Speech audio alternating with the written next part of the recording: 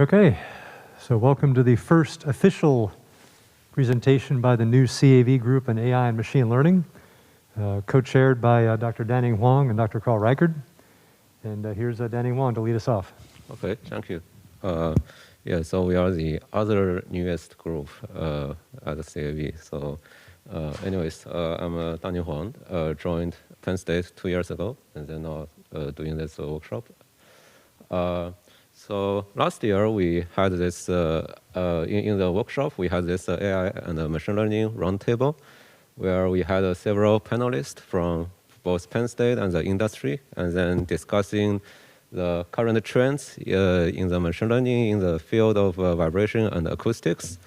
And then later we did a Zoom poll over the discussion, and then asking, shall we do a new group on machine learning? And it's almost everyone said yes. And we were, but of course there are some people raising questions on, is machine learning really effective for these applications or for the actual industrial scenarios? But yes, that's something we want to find out. And by the way, down there is some figures from that round table where we presented a few applications that's applied to acoustic problems. And then therefore, here we are, the group, and it's officially announced in the newsletter this year. So this is how we came about. And as Steve mentioned, it's our first time presenting as this group. Now, the fundamental challenge that we recognize currently would be the combination of the physics and the data. Or here for the physics, we can possibly replace that with expert domain knowledge and so on. Just like earlier, I was chatting with someone that people need to look at a lot of spectral data. That's such a huge volume. And then how about we use a machine learning model to help replace a human to do the analysis? But then we want the model to know what the experts know. And the question is, how do we embed this knowledge into the model? And then also, furthermore, once we have this model, how do we make sure it is generating what we want it to generate? Namely, we want it to be credible. And hopefully, it's also explainable that why it's generating such results. And here is the skepticism that hopefully we can eventually address, like whether we can apply these fancy methods to the industrial level problems, and are they easily deployable in the industrial settings? And of course, this needs some very deep and tight collaboration or correlation between the industrial people. And that's why I think the CAV is an ideal place to do this group. And then here is some other mission of this group, that hopefully we can train a working force of a new generation of engineers from the graduate students, so that when they enter the industry, they can hopefully be in this era of machine learning and data science. So we'll just go further. So concerning the research areas, we based on the group members that we have and the mission that we are going forward, we are dividing these into several bullets. These including the modeling of some multidisciplinary dynamical systems that appear often in acoustic and vibration applications.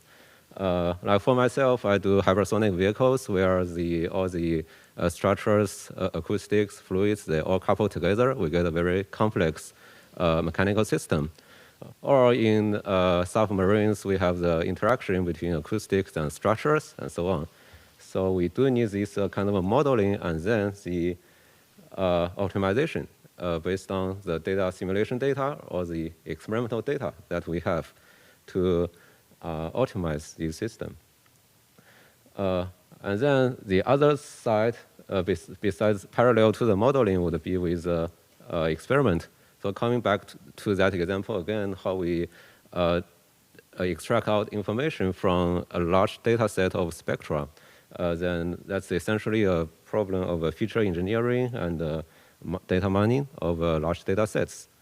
And coming together with that, it would be the classification and pattern recognition. That's a very old topic, having a lot of useful conventional machine learning methods that started maybe from 1970s.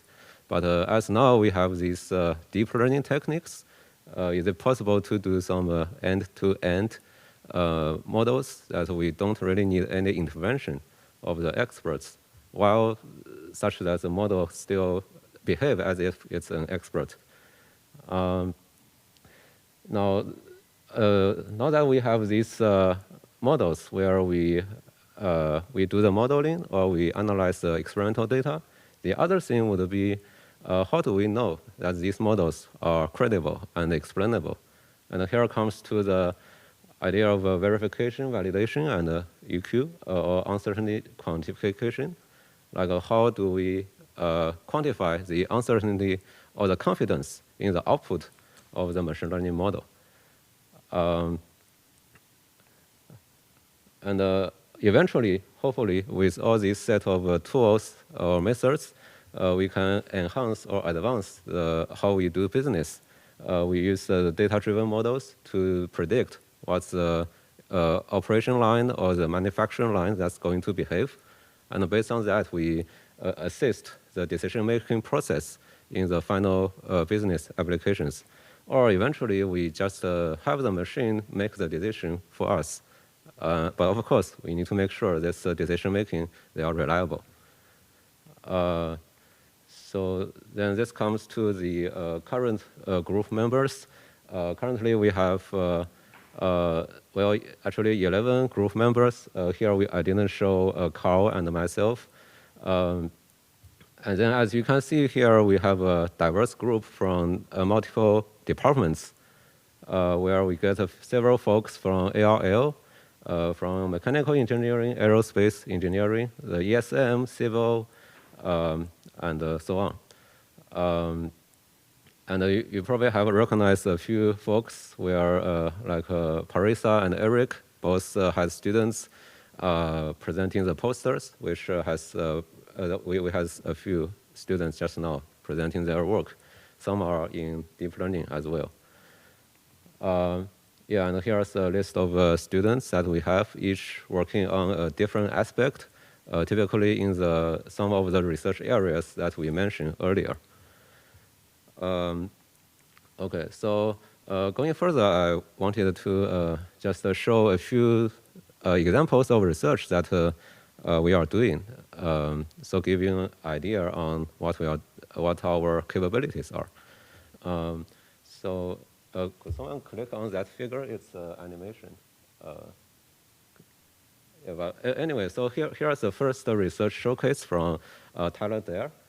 Tyler contributed this example on how we do an inverse problem. That's a forced reconstruction from the measurements. So essentially, here we are hitting a beam with this red thing. So yeah, and then the beam therefore will deform. So what if we measure the deformation of this beam and then tell us what is the force history of this actuation? Yeah, thanks. Yeah, so that's the thing. So now we only know the displacement history and then don't know how the red thing moved. Then this is an inverse problem that's a highly ill-conditioned, meaning that there are many possible solutions that might happen for a specific response. And then what Tyler did is that we basically get our data as a spectrum, and then we set up some network. In this case, it's a convolutional network. And then hopefully we can make the network output the specific location and amplitude that's describing this forcing. And as you might know nowadays, when we need to train these large networks, especially like these convolutional networks, we do need a lot of data. But for doing experiments, it's really expensive and tedious. We don't really have that many experiments. So therefore, Tyler developed these numerical models for the structure and synthesized a large data set for training. And then he directly applied the trained network to do the force identification on a real structure. And actually, it works pretty well. And according to him, it's quite accurate in their initial benchtop tests. And then here is this concrete example of how we do this inverse problem in vibration. Now here, let me show another research showcase from Greg Banyan. I don't know if he's here. Oh, you're here. Do you want to talk about this? You are good? Okay. Yeah. Because Greg is the expert on this, I think it's the best that Greg give 5 minutes to talk about this. Yeah, I was trying to learn your UUVQ stuff, and I think he's still the expert.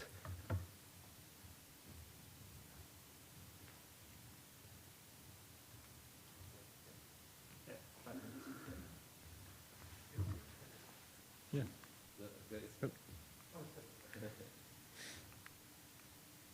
Okay. My name is Greg Banier. Thanks. I contribute to the American Society of Mechanical Engineers Verification and Validation Standards Development Committees. And those committees were formed years ago with a heavy emphasis on computational structural mechanics and computational fluid dynamics. You have to demonstrate that these things are saying what we think they're saying.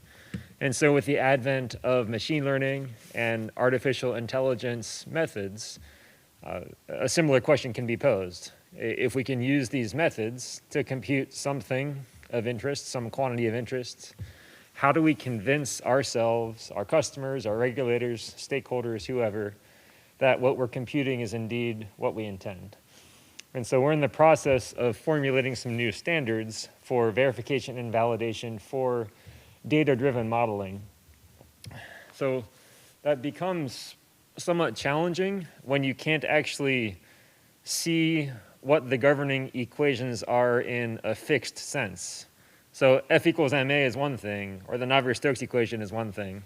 But whenever you're looking at a neural network, and oh, by the way, that neural network can change upon imposing new data to it, how do you go through exactly saying that what you have predicted, what you have computed is what you think you've achieved?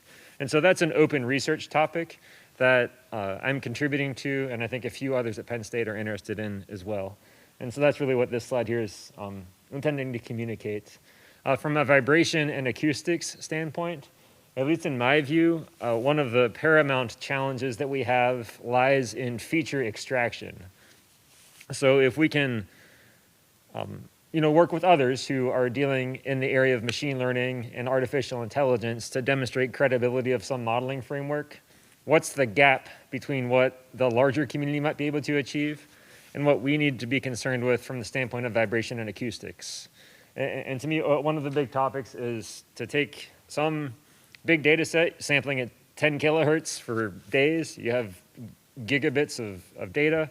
Like, how do you take that very large data set, boil it down into something meaningful that can then be successfully posed to a machine learning algorithm? That's, in my view, an active research area.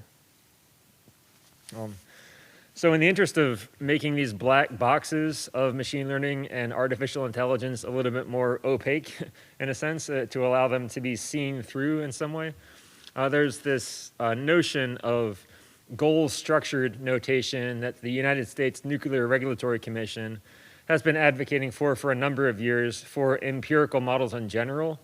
And just in the last year, we wrote a paper. When I was at Westinghouse, I came to Penn State recently, so kind of a joint effort between Westinghouse, Penn State, and the NRC. We wrote a paper applying this credibility assessment framework using goal-structured notation as a means by which we could lay out in a logical fashion those things that we need to look at and convince ourselves of in order to say, yes, indeed, this machine learning model is credible and therefore sufficient for use in some application of consequence. Another application would lie in structural health monitoring. I know a lot of people at Penn State and Applied Research Lab and maybe in the larger community of the CAV have some interest in this. But this is just a nuclear specific example in which we used a Bayesian belief network formulation that was populated based on exercising a computationally expensive model through a design of experiment with which we could compute conditional probabilities. And so that used machine learning in a few different ways. For one, it used machine learning to construct a surrogate model of the otherwise expensive computational model. And then subsequently, we used machine learning to deploy the Bayesian belief network to a monitoring and diagnostic tool that is now being used in some nuclear power plants. Okay. I think I kept on there. All right. So yeah, these are about the VBEQ and a very interesting topic on the Bayesian statistical learning. And then the next would be the third showcase, where it's from Punit Singala. That's my colleague in aerospace engineering. And Punit has been mainly working with system identification of very complex high-dimensional dynamical systems. Here it's showing like this satellite, where we get this very big structure in the space that might vibrate catastrophically if we don't model it correctly. And then, so what he essentially plays with is one approach is to use this time-varying linear systems that are a generalization of the conventional linear system that you learn from your undergrad or graduate student. And then this this level of new extended time-varying capability gives the system, the identified system, a stronger guaranteed controllability and observability properties that can be later used for the control of the problem. And then going some step further, there are always some nonlinearities in the system. Like there might be large deformations, maybe frictions, or maybe contact responses. Here to facilitate the need to use some nonlinear terms in the model.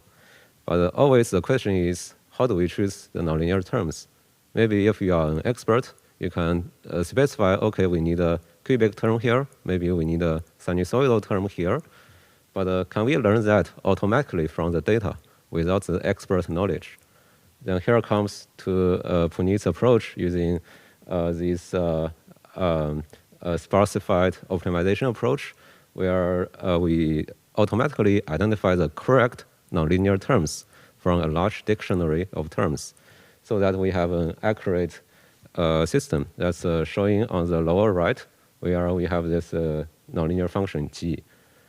And then now with this accurate representation of the system, now we can apply this to the analysis and control of the system. And one thing to note, it's really robust to noise, unlike some other methods that exist in the literature. Okay. And then here's another application that Punit did before. It's another inversion problem. But it's slightly at a larger scale. It's like the earthquake monitoring or the measurement of soil properties that's in the ground. The idea is that we have a array of sensors that's like receivers that's on the surface, and then we add some impact to the ground. And then we should have the wave traveling in the ground and then reflecting back to the receivers. And from there, we hope to identify what is the spatial distribution of the problem, of the soil properties. And then Punit took a Bayesian approach, where initially we just assume we probably know nothing about the soil. All we know is the measurements and then our physical equation. of the wave propagation in the field, in the soil. And then we do some uncertainty propagation through these models, where we can integrate over these probabilistic distributions. If you are familiar with the Bayesian rule, we have some prior distribution, and now with some evidence from the measurement, then we can have a posterior of the distribution. So what you see in the upper row, that's like just some random priors that they are just very random because we don't yet put in the data yet. And then later, after we put in the data measurements, and then that's what we get later on the lower right, where we have the posterior, which actually is matching with the truth pretty well. And the best part is that with this inversion, we also get the uncertainty in this predicted posterior. And then we have a stronger confidence in the truth, in the predicted soil distribution. And then the last one is from myself, the showcase. Here, I mainly do the modeling of high-dimensional interactional problems. On the top left, we have this there's a colorful, like rainbow-like flow field, and we have a plate that's fluttering or entering some dynamical instability in hypersonic flow. That's definitely something we want to avoid in the actual vehicle. So that's one thing that I do. The other thing that I also try to do, I think this is also a GIF. Can you click on that GIF? Yeah, but anyway, so this is a representation of power grids. And then, yeah, great, thanks. So now it's actually changing. Now if we change the power voltage at a node, then this should introduce some transient response over the entire grid. And actually on the right, it's the truth, and on the left, it's something we try to predict using graph neural networks. And actually, you cannot differentiate the two, right? But fundamentally, what I'm essentially doing is try to deal with this system, nonlinear dynamical system, where we have the X, that's the states that are very high dimensional, and that leads to very high computational cost. And then we have also the inputs that's defining the interaction, and the outputs that's something that we measure from the system. And finally, we also have here the mu, the parameter, is something that we parameterize this complex system. And since the system is complex, we also have a very vast design space for this problem. And the question is, how do we analyze and design this system in an efficient manner and accurate enough? Yeah, and then here I'll give a spectrum of the capabilities that we are trying to do. On the leftmost is our physics-based modeling that is irrelevant to our machine learning talk here, so I'll skip that. On the rightmost, it's our data-driven capability, where we only consider the data. All right, so on the top right is our multi-fidelity surrogates, where we can put in some high-fidelity data that are expensive to generate but accurate, and then fuse those with some low-fidelity data. That can be some analytical engineering models.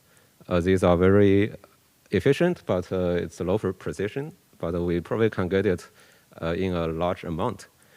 And then we can merge these two data sets, and then finally get something, some prediction that's multi-fidelity, but that's a high precision, low computational cost. And the best part, we have some uncertainty quantification for the output that gives us confidence on how accurate we are. On the lower right, it's something new that we are trying to develop. We are trying to embed the physical, what we call the inductive biases into the system, saying that I know this system has to be symmetric. The nodes in the system is just interact with each other, but it's invariant to the position of these nodes. And I also know that the system has to have energy conservation. So I just make the model know these two mathematical quantities or properties, and then let it generate or reproduce what, for example, the wake air structure that's behind the ship. And then we are able to capture the evolution of these air wakes from the data. And then in the middle, it's something we take a further step where we want to fuse the physics and the data, or the expert knowledge and the data.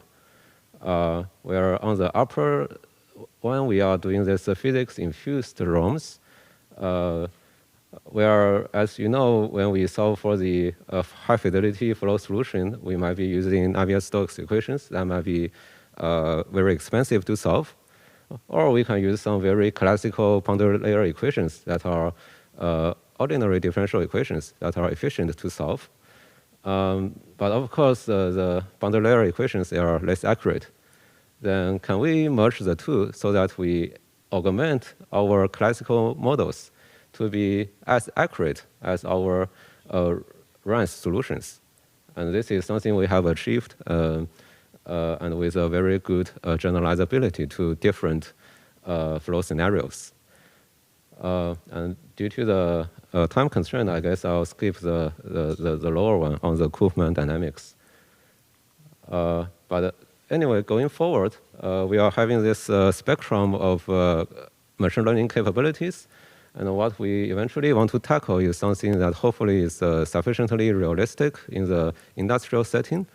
And then this indeed require us to, that I hope that we can foster some deeper interaction or coupling with the industrial people so that we understand what is the real challenge in machine learning in industry. And then I think we should have the right tools to solve it. And then hopefully we can eventually solve the right problems. And our mindset has been like we are using these data models to do the diagnostics and predictive analysis. That with some human input, we can do decision making and act.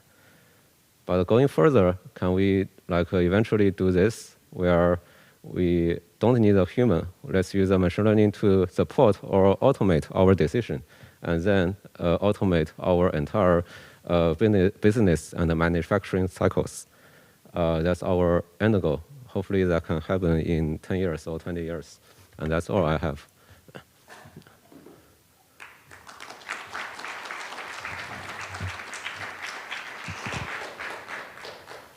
Okay, time for questions, and we can especially use input from our visitors. I mean, this is what we're doing now, but are we solving the right problems? Are there things you want us to be looking at that we're not looking at yet? So we've got a couple of questions already.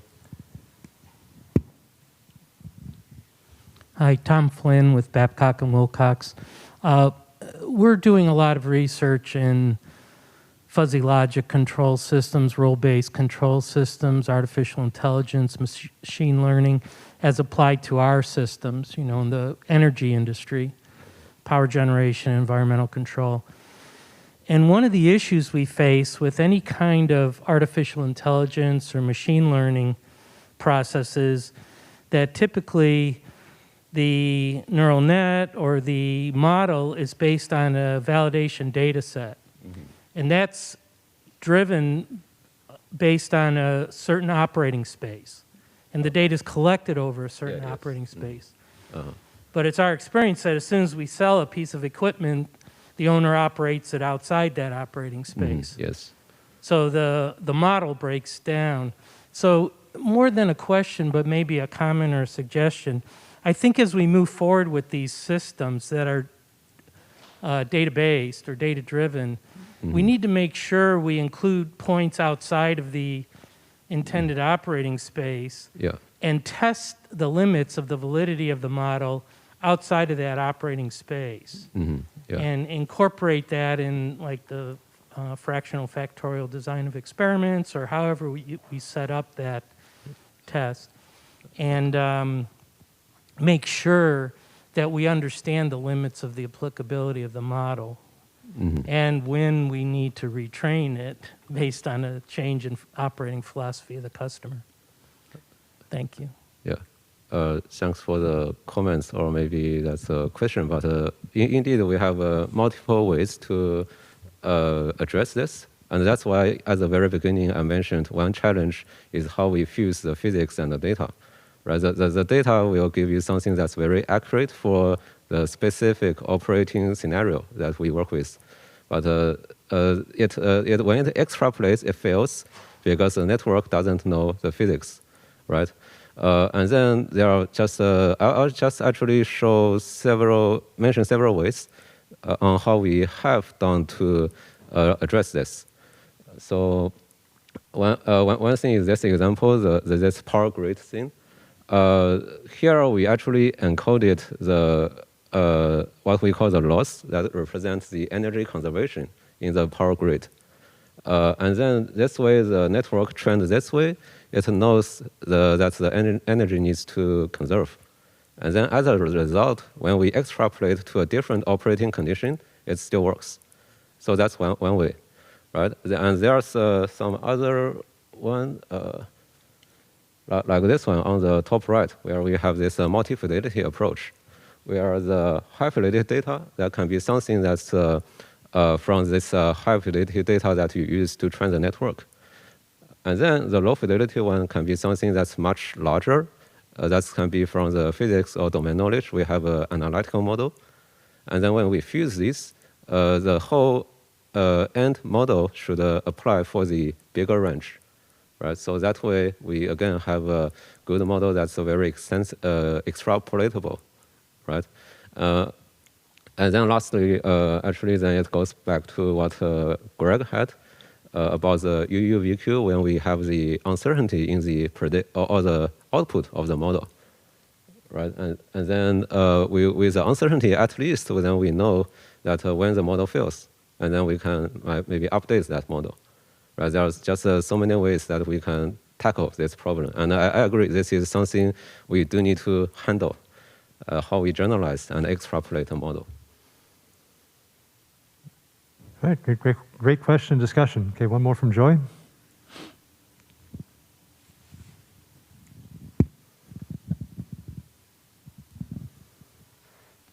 Yeah, so I have a question regarding the input data.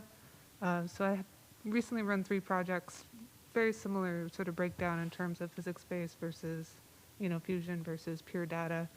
And the input of the data, we played around with if it's time series or if it's magnitude or if it's magnitude plus phase. And we get sort of different results in terms of how well it's working. So I'm wondering, how does that play and if there's any sort of guidance regarding that. And then the other thing is we ended up doing a lot of pre-processing of our data using experts to give the model a better chance to get a good result, which is sort of, we're trying to get away from that. But I guess if you can address the type of input data you have to your models. So is the question about more like a selection of features to train a good model? Yeah, so like depending on your model, what does the data input look like? Or are you training on sort of 2D spectral data, or are you training on sort of just time series or just magnitude, or does that? I guess maybe in your applications, have you found that to be an influence? So it's more like in these particular approaches, what kind of inputs we use to train the model. Yeah, and have you seen sort of differences of your inputs on the performance of the model? I see. Yeah, so at least in my own research, the inputs are typically just the raw data with a certain parametric representation of the data. So the idea here is that we hope to do this end-to-end training instead of involving the feature engineering, that we manually handcraft some features from the inputs or the data, and then we map those features to the desired output. That might work that works well for the conventional machine learning, right? But now we have this deep networks that have so many parameters that actually we can make the network learn the features from the input automatically. So typically, we always have what we call the encoding layer to map the input to the feature that the network thinks is best for better prediction. Right, so that's I think how actually one important thing after the era of deep learning, that we let the model learn by itself. Does that answer your question? Okay. Okay. Any other questions? And by the way, we've got time later on this evening to catch up on this stuff. Carl Reicher's in the back. He's also co-leading this group, so he actually has a comment he wants to make. So, or were you just raising your hand to show who you were? Okay. All right. So yeah, we're looking for input, stuff you think we ought to be looking at to better focus us on what industry cares about. Yeah, please let us know.